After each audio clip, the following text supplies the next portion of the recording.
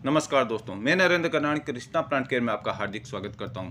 दोस्तों, आज का मेरा वीडियो पनीरी के ऊपर है कि पनीरी को दोस्तों नर्सरी बेसिस पे किस प्रकार तैयार किया जाता है, उसको ट्रांसप्लांट क्यों किया जाता है और ट्रांसप्लांट करने के फ़ायदे क्या होते हैं, अगर हम ट्रांसप्लांट नहीं करते हैं तो उसके क्या नुकसान होते हैं। इस छोटे से वीडियो के अंदर दोस्तों मैं आपको सारी बातें बताऊँगा, वीडियो में अंत तक बने रहिए।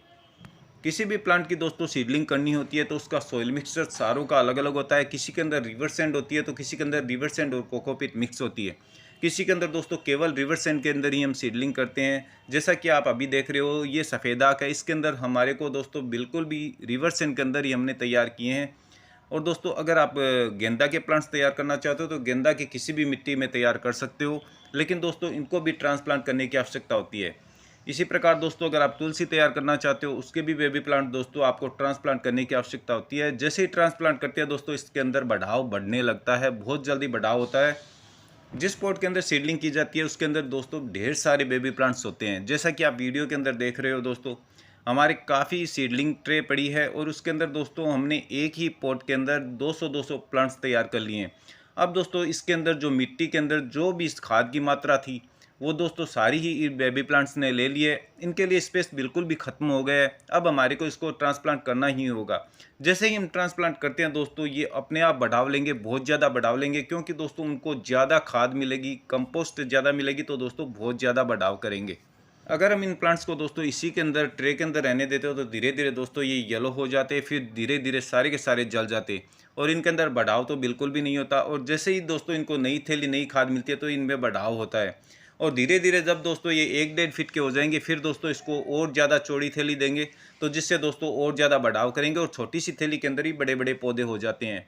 ये दोस्तों सफ़ेद आग के प्लांट्स हैं जो कि दोस्तों बिना किसी खाद के हमने तैयार किए हैं, केवल रिवर सैंड के अंदर ही तैयार किए हैं, क्योंकि सफ़ेद आग के अंदर दोस्तों हमारे को खाद की बिल्कुल भी आवश्यकता नहीं होती। और जब दोस्तों इसकी सीडलिंग हो चुकी, जब प्लांट्स से 1-1 1.5-1.5 इंच के हो गए तो हमने इसको ट्रांसप्लांट कर दिए और फिर दोस्तों इसको खाद दे के ट्रांसप्लांट किए हैं, जिससे दोस्तों इसके अंदर बढ़ाव होने लगा है। जब भी हम सीड्स लगाते हैं तो दोस्तों काफ़ी प्लांट्स ऐसे होते हैं जिसके अंदर खाद की आवश्यकता ही नहीं होती, और जब ये प्लांट्स तैयार हो जाते हैं फिर उनको खाद की आवश्यकता होती है। उसी प्रकार पौधे को दिया जाता है। और सारे प्लांट्स के अंदर अलग अलग नियम होते हैं। कुछ के अंदर दोस्तों सीडलिंग के अंदर ही खाद दी जाती है और कुछ के अंदर नहीं दी जाती। इस प्लांट का दोस्तों नियम बिल्कुल अडेनियम जैसा ही है। अडेनियम के अंदर भी दोस्तों बिल्कुल खाद नहीं दी जाती सीडलिंग के टाइम पे, और जब सीडलिंग तैयार हो जाती है 1-1 1.5-1.5 इंच की, फिर दोस्तों ट्रांसप्लांट करती है तब उसके अंदर खाद दी जाती है, जिससे दोस्तों उसका बढ़ाव होता है। अब दोस्तों हमारे एक सब्सक्राइबर का सवाल था कि हमारे गेंदा के प्लांट्स क्या हम उसी के अंदर रहने दें जिसके अंदर सीडलिंग की है। तो दोस्तों मेरे को ये पता नहीं है कि उसके अंदर कितने प्लांट्स लगे हैं। दोस्तों मैं आपको बता देता हूँ कि एक दोस्तों 10 इंची गमले के अंदर एक प्लांट ही लगाया जाता है गेंदे का, ताकि दोस्तों बढ़ाव ज़्यादा हो, फ्लोरिंग ज़्यादा हो। क्योंकि गेंदे का प्लांट धीरे धीरे दोस्तों बूसी होने लगता है और ज़्यादा फ्लोरिंग करेगा तभी जब आप उसको स्पेस अच्छा दोगे। 10 इंची गमले के अंदर अगर आपका एक सीडलिंग की हुई है तो दोस्तों पौधा रह सकता है। अगर ज़्यादा सीडलिंग है तो दोस्तों आपको अलग करनी चाहिए, वरना दोस्तों धीरे धीरे ये बढ़ाव कम लेने लगेगा, ग्रोथ ज़्यादा नहीं करेगा और फ्लोरिंग भी बिल्कुल भी नहीं होगी, तो आपको उसको अलग करना ही होगा। आप छोटी छोटी थैली के अंदर अलग कर सकते हो और फिर बड़े पॉट के अंदर अलग कर सकते हो, तो दोस्तों बहुत ही अच्छा रिजल्ट मिलेगा।